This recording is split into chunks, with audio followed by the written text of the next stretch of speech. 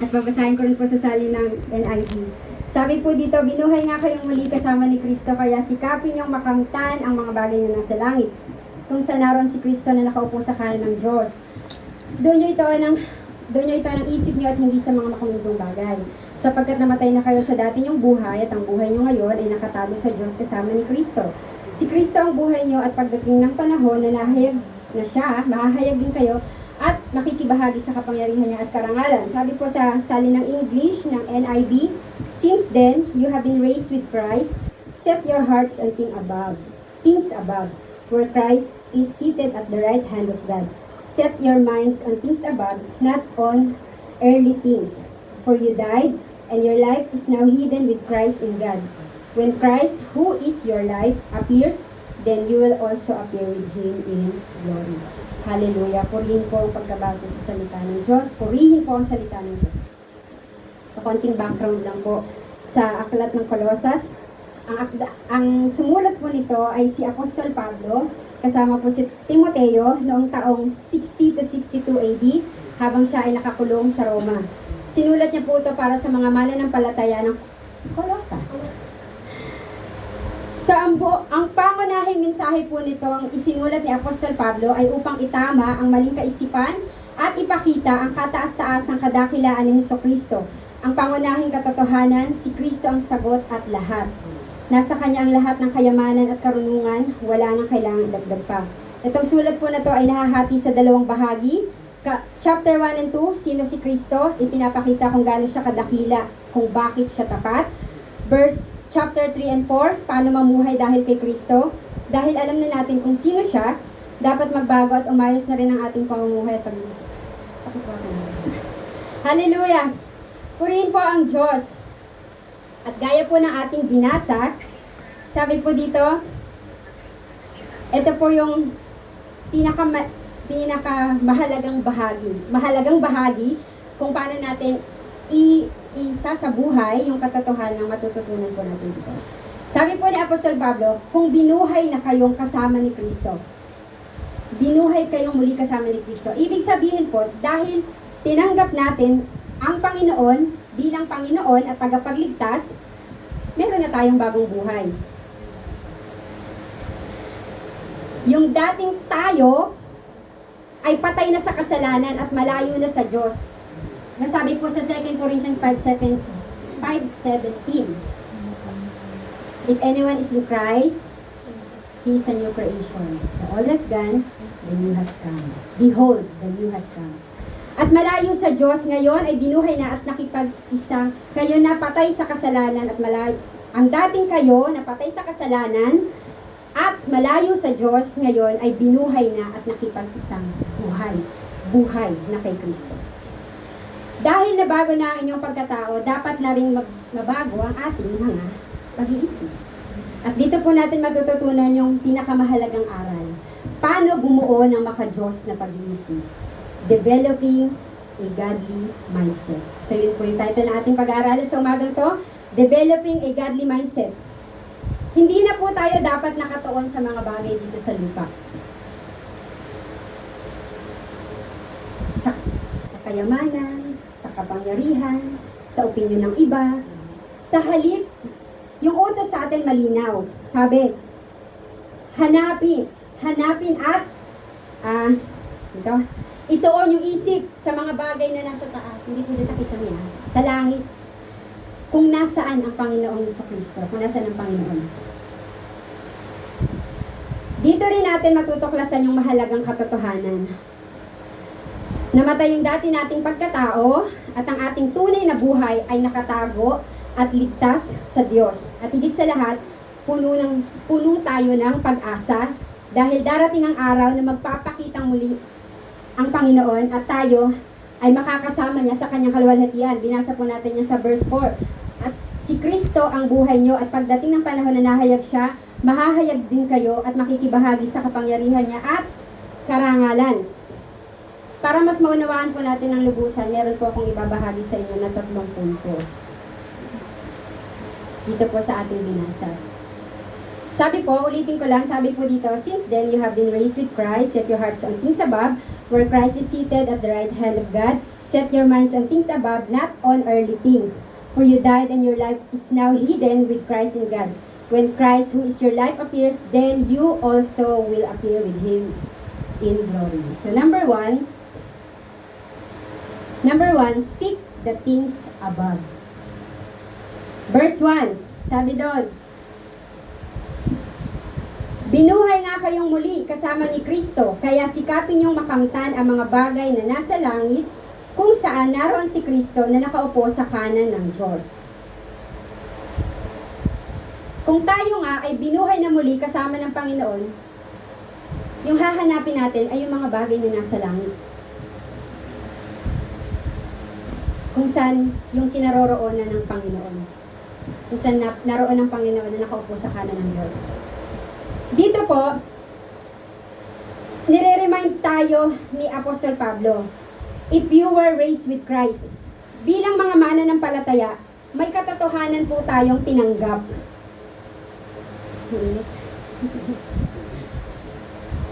May katotohanan po tayong tinanggap. We have a new life.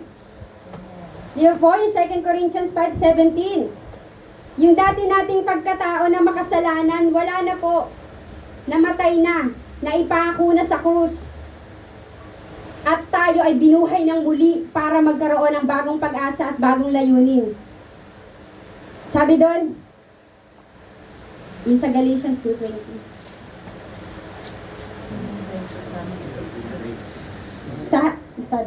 Sabi doon, dahil na 2:20 nga. 3:20 pala to. Sorry po. Sabi daw, namatay akong kasama ni Kristo, hindi na ako nabubuhay sa sarili ko, kundi si Kristo na ang pinapamuhay ko. Sabi daw, namatay na tayo. Hindi po yung literal namatay tayo na. Yung dati nating pagkatao. Para magkaroon ng pag-asa at bagong layunin. Thank you po, Pastor. Meron pa po. Salamat po. Thank you po, Pastor. Makamasin pa ako.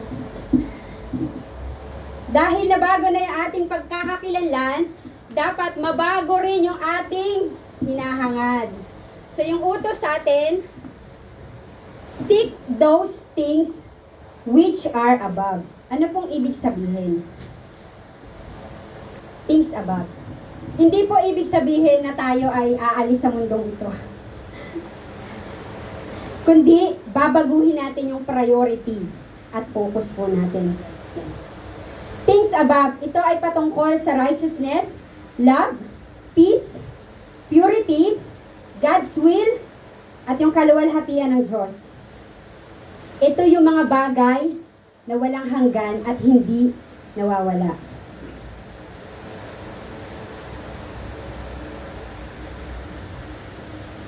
Things on earth naman, sabi doon, things on earth, ito yung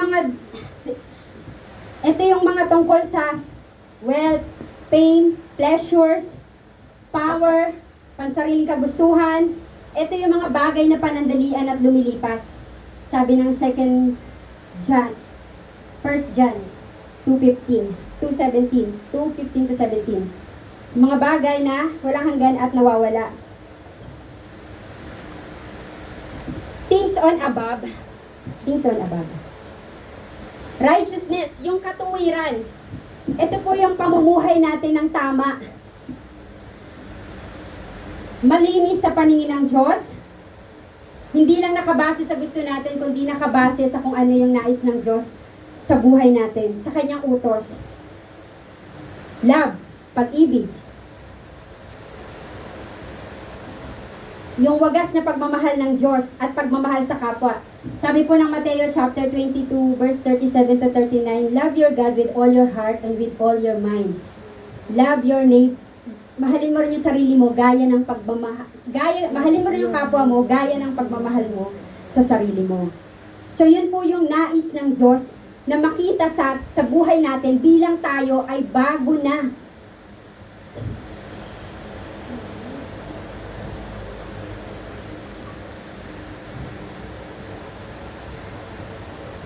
Nagpapatawad at naglilingkod. Purity, ito naman po yung pagiging kadalisayan, pagiging banal. Di ba po sinasabi ng Diyos na, be holy for I am holy. Nung nakaraan, tinalakay po ni Pastor Johnny yan ng gabi patungkol sa kabanalan. Hindi lang ito sa kilos o hindi lang ito sa panlabas na nakikita natin na mukha tayong banal. Banal na banal si sister Hindi lang po ito, kundi kalinisan, yung pagbabago ng ating isipan. Romans chapter 12 verse 2, be transformed by the renewing of your mind. Nababago dapat, kung tayo ay nasa Panginoon, nababago dapat yung isip natin. Kung yung dati nating buhay, yung iniisip natin, puro masasama, puro kalaswaan, puro kabastusan, dahil tayo ay patay na sa dating nating pagkatao at bago na yung buhay natin sa Panginoon, ang nais ng Diyos ay mabago din yung ating kaisipan. Sabi ng Romans chapter 12 verse 2, paano natin magagawa yon? Dapat palagi po tayong nag-aaral at nagbabasa ng kanyang salita. Dahil dito lamang po tayo, dahil ang salita ng Diyos, nagpapabago po yan sa atin kapag palagi nating binabago, ay pag palagi nating binabasa. So, ini-encourage ko po kayo, at lagi po itong naituturo dito, ini-encourage ko po kayo na magbasa po tayo ng salita ng Diyos, araw-araw. Kung nagagawa nga natin na magbabad sa social media, araw-araw magbasa po tayo, kahit 1 chapter a day lang, kasi malaking tulong po yun. Nagpapasalamat po ako sa Panginoon. Alam, share ko lang po. May binabago kasi ako sa sarili ko. Since last week pa kasi, hindi ako nagbubukas talaga ng FB. Pero itong week na to, ginawa ko sa Facebook ko, dini-activate ko na siya. Dini-activate ko siya, dinilit ko pa. Kasi pag nakapag-umpisa po akong mag-scroll sa Facebook, yung kamay ko kasi walang tigil. Walang control. So ginawa ko, dini-activate ko na siya, dinilit ko pa. Kasi kung dini-activate ko lang, posible pang pwede ko pa siyang buksan pag natempa ko So dinilit ko na rin. Hindi ko muna siya bubuksan sa ngayon. Kasi, challenge tama. Ginagawa ko po kasi ngayon, nagbabasa ako ng salita ng Diyos. Nag-uumpisa po ulit ako sa aklat ng John. Dati po, nabasa ko na yung aklat ng John. Inuulit ko lang po ulit ngayon. Inuulit ko lang po ulit magbasa sa aklat ng John. Alam niyo po, share ko lang itong nakaraan. Nasa chapter, yung natapos ko sa nasa chapter 13 na ako. Nagbabasa lang naman ako hanggang sa natapos ko yung chapter 13. Yun yung binuhusan ng, yun yung hinugasan ng Panginoon, yung paano nga alagad niya. Alam niyo po, after kong nabasa yun, hindi ko alam, nangingilid yung luha ko, tapos umiyak ako. Naiyak talaga ako. Sabi ko, hindi naman ako nalulungkot. Tsaka, wala naman ako iniisip na problema, pero bakit ako naiyak? Naiyak ako lalo dun sa verse 34 and 35. Sabi doon ng Panginoon, isang bagong utos yung binibigay ko sa inyo, magmahalan kayo. Kung paano ko kayo minamahal, sabi doon, ganun din dapat ang gawin nyo. At kung nagmamahalan kayo, malalaman ng lahat na kayo nga ay mga taga-sunod ko. Alam niyo, umiyak talaga ako dito sa verse. Hindi ko po alam. Tapos iyak lang ako ng iyak. Tulo ng tulo yung luha ko. Kasi, di ba po, di ba? Kung titignan natin, grabe naman talaga yung pagmamahal ng Lord po sa atin, di ba? Hindi pagmamahal na yung parang romantic love. Hindi po ganun. Yung pagmamahal na meron kang pagmamalasakit sa kapatid mo, meron kang ginagawang pagtulong, diba? Pinapalakas mo siya, hindi mo siya dinadown. So naiyak lang po ako doon, tapos pinapahiran ko na yung luha ko, pero tulo pa rin talaga siya ng tulo. Pero nagpapasalamat lang talaga ako sa Lord. Napuno lang ako ng pasasalamat, nagpupuri ako sa Panginoon, tapos inalala ko lang na yung napakabuti ng Lord. So yun lang, sabi ko, Lord, di naman po ako nalulungkot. Hindi naman ako nag-iisip ng problema, pero bakit ako umiyak? So nahipo ko dun sa nabasa ko. Sabi ng Lord, magmahalan kayo. Yun ang nais ng Panginoon, na magmahalan po tayo. At yun po yung nais ng Diyos. Yun po yung nais ng Diyos. Seek those things which are above. Ano pa? Yung kalooban ng Diyos. Sabi ng Mateo 6:33, seek ye first the kingdom of God and His righteousness. Hanapin natin, unahin natin yung katuwiran ng Diyos. Unahin natin. Sabihin, kung ano ba yun? Ibig sabihin, meron tayong oras, meron tayong araw para sa pagsamba sa Panginoon o oras para sa Lord na inilalaan. Yung araw ng linggo, araw talaga ng pagsamba po yun. Pero yung araw-araw na meron tayong ibinibigay na oras para sa Panginoon. Hinahanap natin, sinasaliksik natin. Hindi kasi natin mahahanap yung kalooban ng Lord kung nasa social media ka lang. Hindi natin mahahanap yung kalooban ng Diyos kung nakikipagchismisan ka lang. Mahahanap lang natin yung kalooban ng Diyos kapag tayo ay nasa salita niya at binabasa po natin ito. Amen. Hallelujah. So, salamat po sa Panginoon. A person with a godly mindset does not ask. Hindi niya sasabihin, makakabuti ba ito sa akin? Okay ba ako dito? Komportable ba ako dito? Bagkus yung kaisipan niya, ito bang gagawin ko? Makakalugod sa Panginoon? Ito bang gagawin ko? Magbibigay ng kapurihan, karangalan sa Panginoon? Kaya po, lahat po ng ginagawa natin, dapat naiisip natin, teka, pag ito bang ginawa ko, pag nakipagchismisan ba ako, mapaparangalan ko ba ang Panginoon dito? Pag ba tinulungan ko si kapatid, pag ba pinag-pray ko si kapatid, mapaparangalan ko ba ang Panginoon dito? Pag ba nanalangin ako, pag ba nagpuri ako, pag ba nagbasa ako ng salita niya, mapaparangalan ko ba ang Panginoon dito? Masasagot po natin yan sa sarili natin. Araw ng linggo ngayon, teka lang, ini-invite ako kasi merong doon, may celebration. Sa tingin niyo po ba mapaparangalan niyo ang Panginoon doon? Kahit di ko po sagutin, masasagot niyo po yan. Amen? Amen. Hallelujah! Hallelujah! Sa lahat ng ginagawa natin, dapat napaparangalan ng Panginoon. Sabi nga sa Corinthians, di ba, kumain man o uminom, gawin natin ang lahat para sa ikararangal ng Panginoon. Sabi doon. Hinahanap natin, ginagawa natin, hindi kung ano lang yung gusto po natin, hindi kung ano lang yung makakapagpasaya sa atin. Makakapagpasaya sa atin, pero ang tanong, makakapagpasaya ba sa Panginoon? Hallelujah!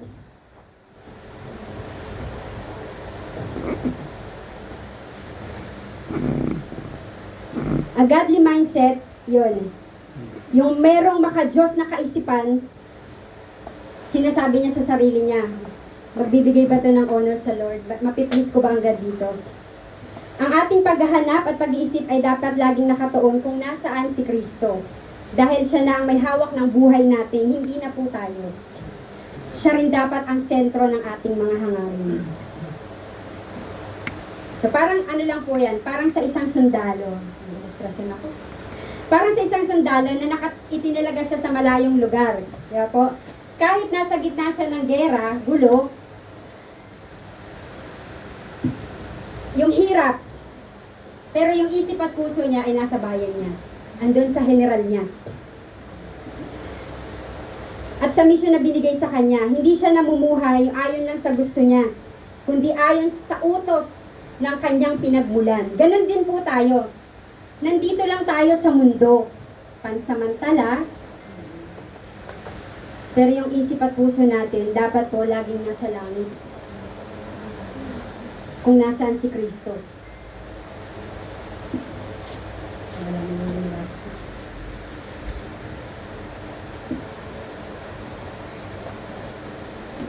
Sikapin na makamtan yung mga bagay na nasa langit. Hindi yung mga bagay na meron dito sa mundo. Sabi ng dito sa Mateo 6:19-20, wag kayong mag-ipon ng kayamanan dito sa lupa, kundi mag-ipon kayo ng kayamanan sa langit, sapagkat kung nasa naroon ng kayamanan, naroon din ang iyong puso. Amen. Hallelujah. So number one is seek the things above. Pangalawa, set your mind on things above. Sa verse 2 and 3,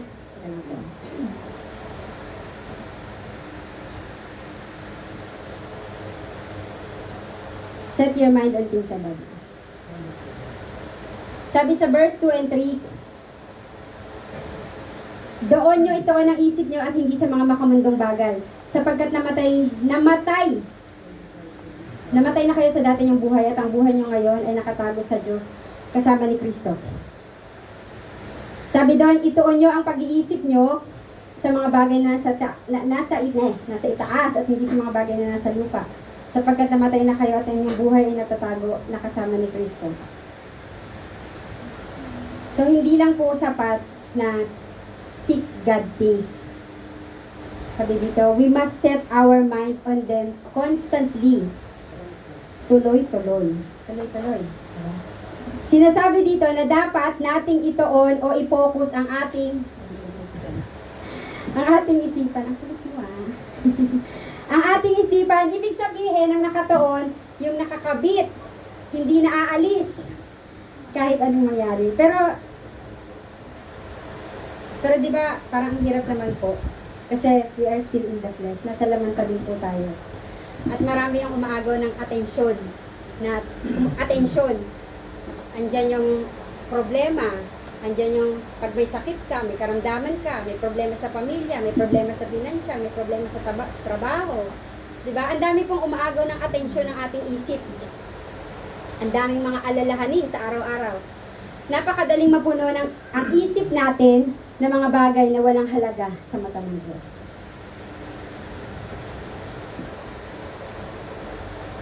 But Paul gives us the secret on how to do it in verse 3. Sabi doon, for you died. Sapagkat namatay na kayo. For you died.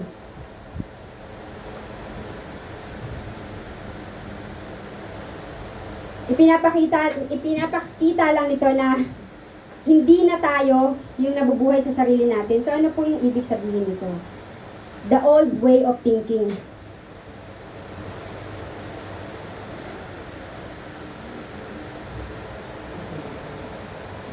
The old way of thinking. Yung dati nating pagkatao. Yung laging iniisip natin, yung sarili lang natin, yung mga bagay na makakapagpasaya sa atin, yung mga desisyon natin. Lahat nakasentro sa atin. Ako, I. Lahat ng desisyon, lahat ng gagawin mong makakabuti o pasaya sa sarili mo. Pero nang tinanggap natin si Kristo, namatay na ang taong iyon. Namatay na yung taong yun. Yung dati nating pagkatao, sa krus kasama niya. At ang taong laging nag-iisip lang ng sarili ay dapat wala ng bahagi sa buhay natin ngayon. So yung binasa po natin kanina sa Galatians chapter 2 verse 20, sabi doon, the new mindset is, I have been crucified with Christ. It is no longer I who live, but Christ lives in me. Dahil namatay na yung dating ikaw ngayon ay binuhay na muli para sa bagong pamumuhay. Ibig sabihin, hindi na ikaw, kundi si Kristo na yung nabubuhay sa loob natin. Siya na ang nagdidikta ng ating kilos at isip. Hindi na yung gusto mo, kundi kung ano ang gusto ng Diyos. Dahil tayo po ay pag-aari na niya. Hallelujah. Sinasabi rin dito, na yung ating buhay ay hidden with Christ in God. Ibig sabihin, ang tunay na halaga at buhay natin ay wala sa nakikita. Nakikita ng tao, wala sa posisyon o ari-arian. Ang tunay na buhay natin ay ligtas at nakatago kay Kristo, secured. Kahit anong bagyo o problema ang dumating dito sa mundo, hindi nito maagaw yung buhay natin dahil nasa ligtas na tayo, nasa kamay po tayo ng Diyos. Hallelujah. Pag naintindihan po natin yung buhay natin na nakatago sa Diyos, hindi na tayo magiging yung alipin ang opinion ng iba. Kumbaga, hindi na tayo sumasang-ayon, di ba? Yung sinasabi lang ng iba, hindi na tayo alipin ng takot o yung mga bagay na nawawala. Yung nagkakaroon at yung pag-iisip natin ay nagiging mapayapa, matatag, dahil alam natin hawak tayo ng Diyos. Yung ang taong maka-Diyos mag-isip ay hindi madaling natitinag ng mga pangyayari sa paligid. Amen.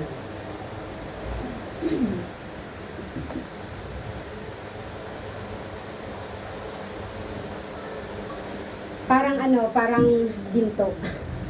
Yung ginto po, hiyas, na nakatago siya sa isang loob ng bolt o matibay na kaha, ganun. Bolt.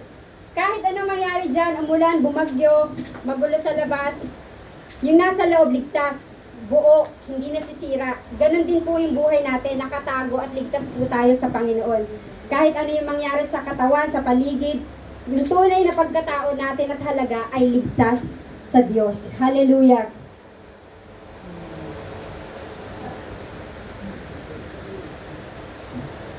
Sabi sa Romans chapter 8 verse 6, ang pag-iisip na nakatuon sa laman ay kamatayan, ngunit ang pag-iisip na nakatuon sa espiritu ay buhay at kapayapaan. Iniingatan ko, sabi ng Salmo 119 verse 11, iniingatan ko ang iyong salita sa aking puso upang huwag akong magkasala laban sa iyo. Mabilis ko ba? Nakakasunod po ba kayo? So, pangatlo. Sa pangatlo na tayo, hallelujah. Sa pangatlo, sabi dito, your life is hidden, but your glory is coming. Si Kristo na, ating buhay, ay pagpapakita sa hinaharap. Kung siya'y mahayag, kayo naman ay magpapakita na kasama niya sa kaluwalhatian. Sa MBB po ito. And lastly, a godly mindset is always future focus. Nakatuon po siya sa hinaharap.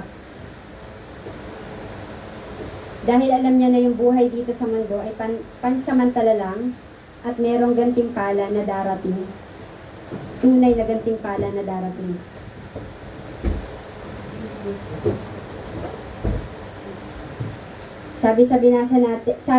Sabi ni Apostle Paul sa verse 4, ano ba yan? Hindi ko nababasahin. Sabi doon, sa verse 4, Christ who is our life. Ibig sabihin, wala po tayong tunay na buhay kung wala si Kristo. Dahil siya ang pinagmumula ng ating kalakasan, layunin,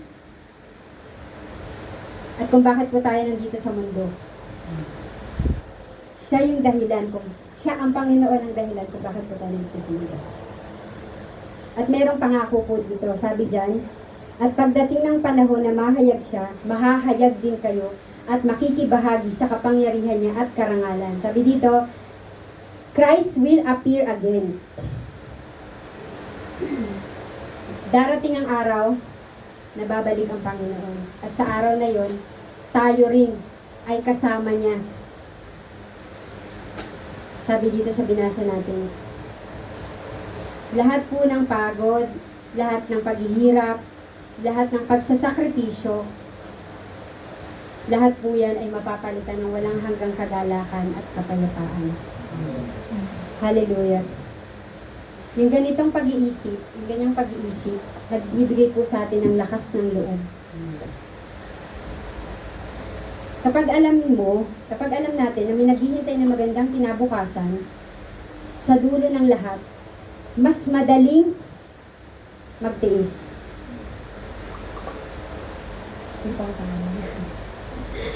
Kapag alam mong may naghihintay na magandang kinabukasan sa dulo ng lahat, mas madaling magtiis, mas madaling magpatawad, mas madaling makipag-ayos, mas madaling sumunod sa Diyos. Bakit? Paano magiging posible lahat? Mas madaling magtiis dahil alam mo na panandalian lang lahat ang meron dito sa mundo. Hindi naman tayo forever na dadaing na nahihirapan ako, na ang dami kong problema, ang dami kong pagsubok. Hindi po problema. Dito lang po yan sa mundo. Matatapos po yan. Kasi hindi naman po tayo forever sa mundo.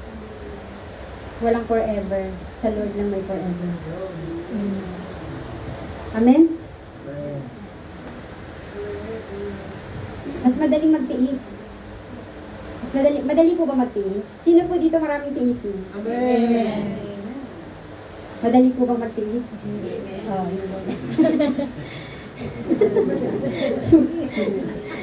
Hindi naman po talaga madaling magtiis niya. No choice lang ba? Dahil sa biyaya ng Panginoon, tayo ay nakakapagtiis.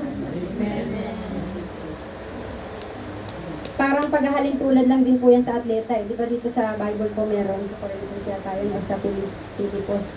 Yung at Pilipos, meron din sa Corinthians. Parang atleta na tinitiis niya lahat ng sakit, lahat ng hirap, lahat ng pagod, tumatakbo. Kasi nakatuon yung mata niya dun sa gantimpala. Tagumpay sa dulo. Lilipas ang lahat, pero yung gantimpala, yun, mananatili. Ano ba yung sabi ko kanina? Sorry po. Mas madaling, Teka lang.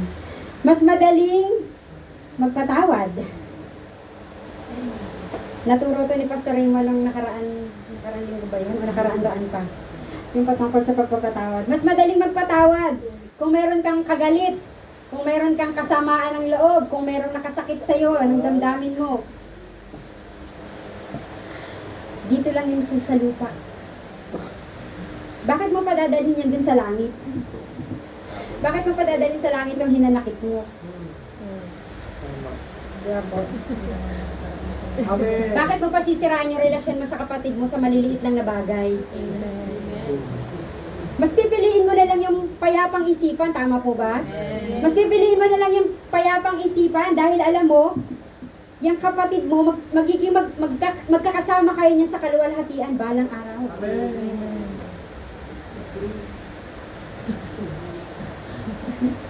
Kaya makipagbati na po kayo. Amen. Amen. Praise the Lord. Hallelujah! Mas madaling makipag-ayos. So parang ito rin po yan. Dahil nakikita mo, kung merong hindi pagkakaunawaan, merong gusot, alitan, maliliit na bagay lang. Di ba po? Mas madaling makipag-ayos. Kasi hindi mo naman yan dadalhin doon. Dito pa lang ayusin mo na yung relasyon mo sa kapatid mo, sa kapwa mo.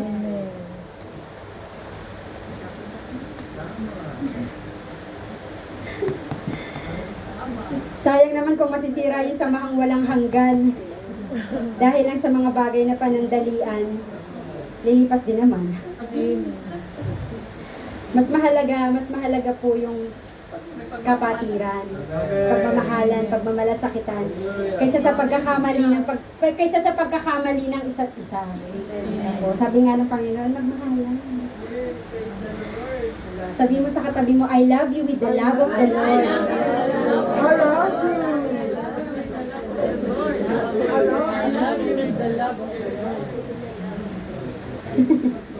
Sorry. Hallelujah. Hallelujah. Praise you, Jesus.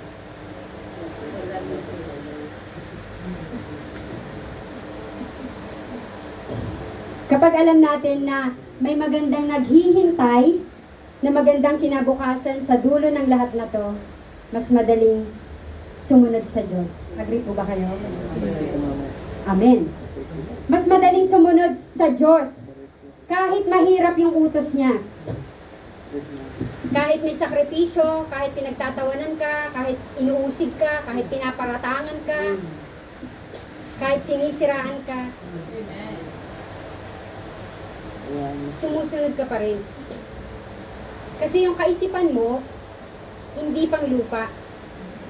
Yung kaisipan mo, pang langit. Iniisip mo na lahat naman ng yan matatapos eh. Kaya magpapatuloy kang susunod sa Diyos, sa Kanyang kalooban. Kahit mag-isa ka na lang.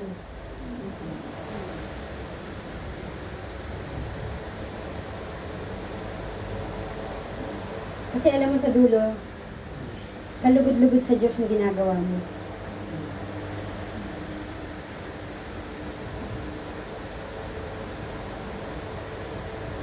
At ikaw din yung magtatamasa ng buhay na walang hanggan. Na alam mo, yung pagsunod mo ay hindi mawawala ng kabuluhan, hindi mauuwi sa wala.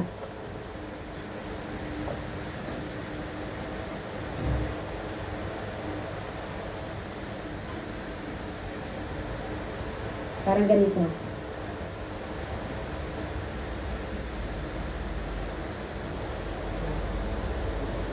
Parang sa isang estudyante lang. Di ba po? Yung pagod ng isang estudyante, yung hirap niya, yung sakripisyo niya. Yung mga anak na lang natin na nag-aaral, di ba po? Yung anak ko po, na nag-aaral, talagang inaabot ng madaling araw. Yung pagsasakripisyo niya sa pag-aaral, tapos gigising ng maaga, papasok. Pero, kasi may pangarap siya eh. Meron siyang gustong marating. Ganon din po tayo. Lahat ng mga pagsasakripisyong ginagawa natin, lahat ng tinitiis natin, kasi merong gantimpala naman lahat eh. Tinitiis natin ang hirap dito dahil nakikita natin na sa pamagitan ng pananampalataya, ang kaluwalhati ang darating. Ito nga yung sinasabi ko. Sabi ng 2 Corinthians 4:17-18, sapagkat ang mga hirap na ating dinaranas ngayon ay panandalian lamang at magdudulot ng napakalabis at walang hanggang kaluwalhatian para sa atin. Hindi natin inilalaan ang ating pansin sa mga bagay na nakikita, kundi sa mga bagay na hindi nakikita. Sapagkat ang mga bagay na nakikita ay panandalian lamang, ngunit ang mga bagay na hindi nakikita ay walang hanggan. 2 Corinthians 4:17-18, a godly mindset, yung maka-Diyos na kaisipan, puno yan ng pag-asa. Hindi yan naduduwag, hindi yan natatakot humarap sa mga pagsubok.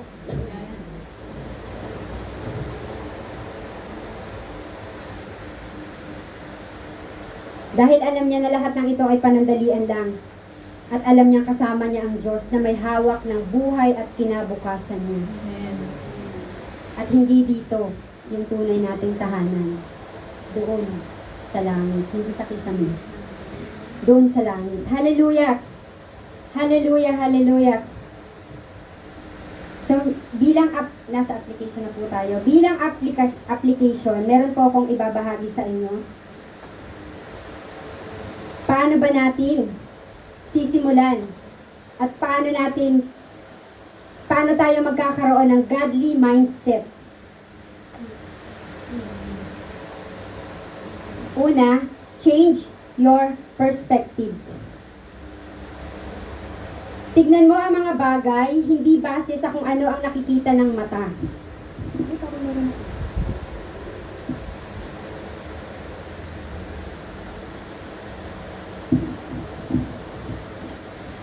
Tignan mo ang mga bagay, hindi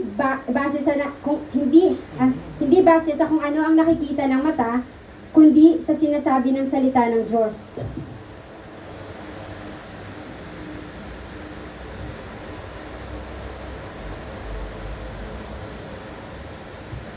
Ang mahalaga ay hindi kung ano yung meron ka, kundi kung paano ka namumuhay para sa kaluwalhatian niya.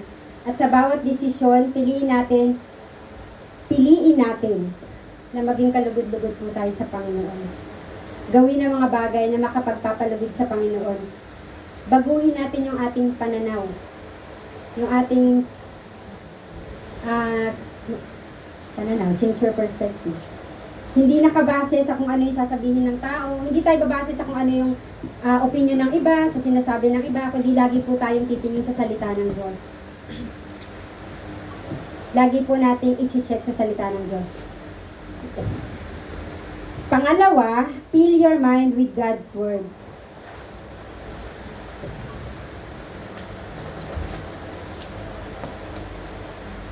Pangalawa, fill your mind with God's Word. God's Word. Paano natin mapupuno yung isipan natin ng salita ng Diyos? Gaya ng sinabi ko po kanina, kapag nagbabasa tayo ng kanyang salita. Kapag iba yung binabasa natin, kapag iba yung pinapakinggan natin, kapag iba yung mga nakikita natin, yun din yung pumupuno ng kaisipan natin eh. Piliin natin na magbasa ng salita ng Diyos, piliin natin na makinig ng mga turo patungkol sa Diyos, piliin natin na makinig ng mga papuring awit para sa Diyos. Sa ganitong paraan, yung isipan natin hindi napupuno yan ng alalahanin, hindi napupuno ng takot, hindi napupuno ng mga maling kaisipan. Hindi napupuno ng kung ano-anong negatibo. Kapag puno tayo palagi ng patungkol sa salita ng Diyos. Amen.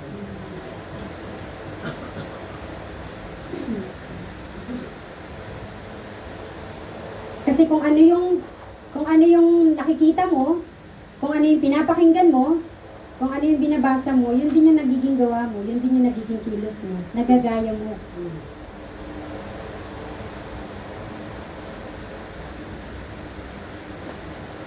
Hallelujah. Salita ng Diyos. Ito yung pagkain ng ating espiritu. Spiritual food. Sabi ng Psalms chapter 119-105, ang salita mo ay ilawan sa aking mga paa at liwanag sa aking landas. So kapag ang salita ng Diyos, yung ginawa nating gabay, hindi po tayo maliligaw.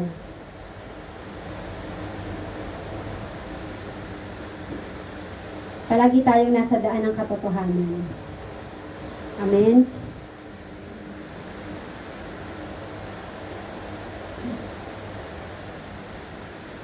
And last, live it out. Ano sabi ko sa pangalawa? Fill your mind with God's Word. And last, live it out daily. Ito na po yung application. Live, Ay, sorry. Sorry, nakita ko na madilit. Live it out daily. Live it out daily. Tuwing gigising po tayo sa umaga, i-declare natin, ako ay kay Kristo. Ang isip ko ay nakatuon sa mga bagay na nasa langit. Kung nasaan? Sa langit. Yung buhay ko ay nakatago sa Diyos. Hayaan po natin na yung katotohanan ito, yung magdikta ng ating kilos at salita sa buong maghapon, sa araw-araw. Amen? Hallelujah! Kaya po ang hamon sa atin, dito sa ating binasa, napakalinaw. Kailangan po natin magkaroon ng maka-Diyos na pag-iisip, developing a godly mindset. Huwag po nating hayaan na itong mundong to yung magdikta sa atin. Yung pananaw at kung paano tayo mamumuhay. Tayo ay binuhay ng Panginoong Hesus, ni Kristo, kaya nararapat lamang na yung puso at isip natin ay nakatuon sa mga bagay kung nasaan ang ating Panginoong Hesus. Sapagkat kung nasaan naroon ang kayamanan, andun din ang ating puso. O kung nasaan naroon ang inyong kayamanan, nandoon din ang inyong puso. At kung si Kristo ang inyong buhay, siya rin dapat ang sentro ng ating isip magpakailanman. Hallelujah! Hallelujah! Hallelujah! Yun lamang po yung aking maibabahagi sa umagang to. Nawa po ay meron po kayong natutunan. Kung meron man pong kulang sa aking mga nasabi, naniniwala ako na patuloy pa rin itong ipapahayag sa atin ng Panginoon ng kanyang mga salita. Hallelujah! Kaya tayo po ay manalangin. Hallelujah! Purihin po kayo aming Diyos. Purihin po kayo aming Panginoon na mabuti. Hallelujah! Salamat po sa inyo, Lord. Maraming salamat po sa inyo. Sa inyong mga salita, sa mga aral na natututunan namin. Tunay nga na ang salita nyo ay nagtutuwid, nagtuturo, nagsasaway, Panginoon. Kaya salamat po sa inyo dahil mapalad kami, Panginoon, na meron kaming salita nyo at ang tangi lang na kailangan namin gawin ay buksan ito at basahin upang mas lalo namin kayong makilala at malaman namin kung ano ang nais nyo at kung paano kami mamumuhay ng ayon sa kalooban nyo. Panginoon, salamat po sa mensahe sa umagang ito, O Diyos. Patuloy na selyohan niyo po ito ng inyong banal na dugo sa puso namin, O Diyos, at huwag niyong hayaan, Lord, na ito'y maagaw sa amin ng aming kaaway, ng kaaway. Panginoon, salamat po.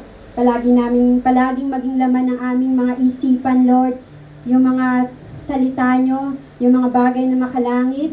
Patawarin nyo kami, Panginoon, kung mas nagkakaroon pa kami ng mahabang oras sa mga bagay na walang halaga, sa mga bagay na hindi nakapagbibigay ng kaluguran sa inyo. Panginoon, patawarin niyo po kami, hallelujah, sa aming napag-aralan. Patuloy niyo kaming tulungan na maisapamuhay namin ito, O Diyos. Tulungan niyo kami na makasunod palagi sa nais at kalooban niyo. Salamat po, Lord. Pagpalain niyo po ang bawat isa na nakinig ng inyong mga salita at pagpalain niyo po ang inyong mga salita. Ito po ang aking dalangin. In Jesus' name I pray. Amen. Hallelujah. Pumili po ang Diyos.